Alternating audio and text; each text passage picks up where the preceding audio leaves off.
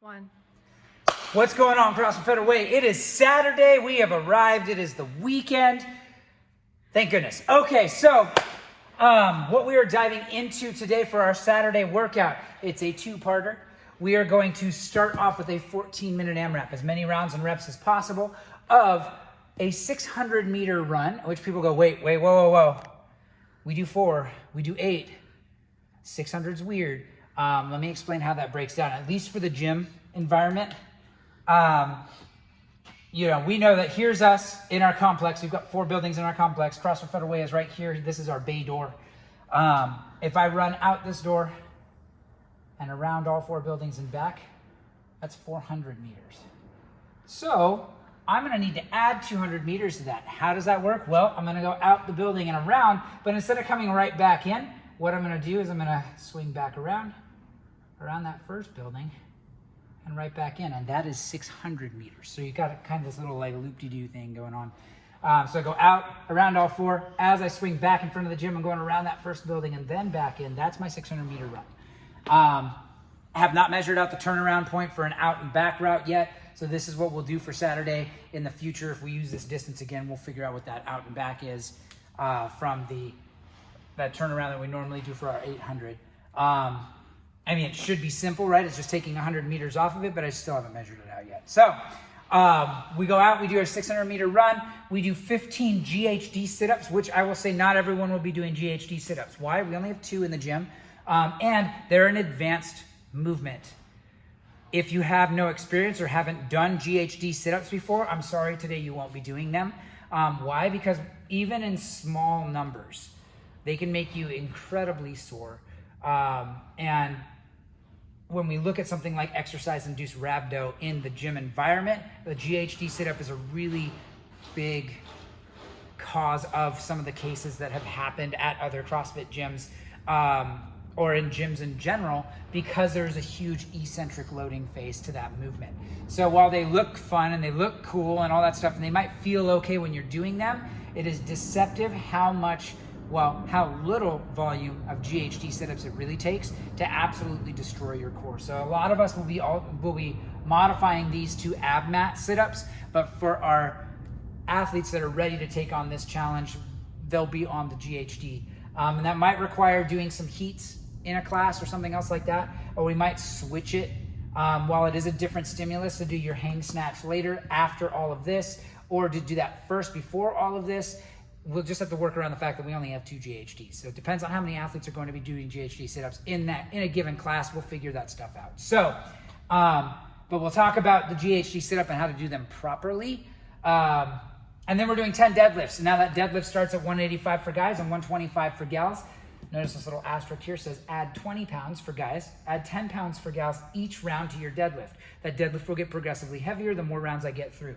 When you pair deadlifts, which require a lot of midline stabilization, and GHDs together, that weight feels a lot heavier than you expect it to. So understand that you will feel that fatigue on your core, which will then make the second piece a lot harder. So we go 14 minutes there. We post our score, our rounds and reps of that. We get a 5-minute rest, and then we have 10 minutes after that to establish a heavy single on a hang snatch. Now, this can be power snatch, this can be squat snatch. It's up to you, but you're trying to move the heaviest weight you can in 10 minutes on that hang snatch. So let's start by explaining that. I'm gonna just use an empty bar to explain the hang snatch.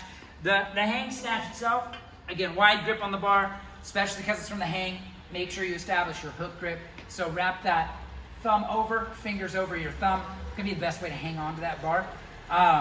Now, I'm gonna hinge forward, so my hips go back, that bar traces down my knees.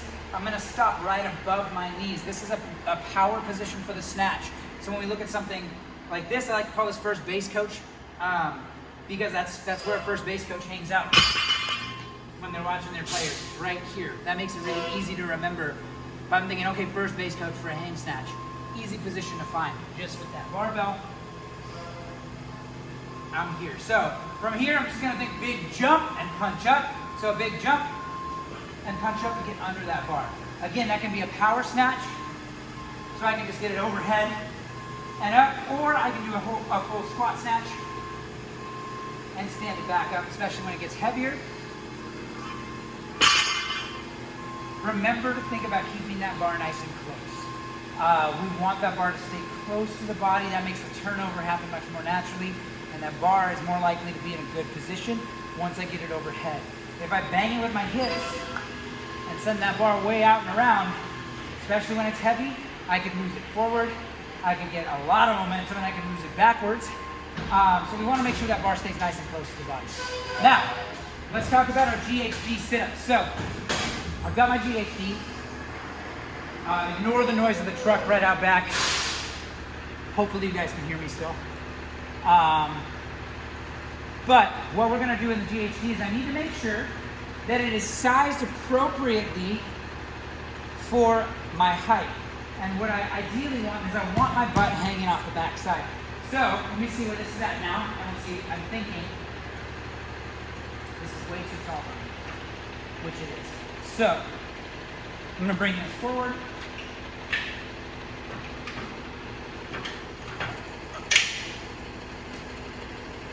I really want my hips off the backside of the pad with a soft bend in my knees. So this is about right. Hips are off the backside. My knees are bent. My knees aren't totally locked out to try to reach back here. That's good. This is where I want them to be.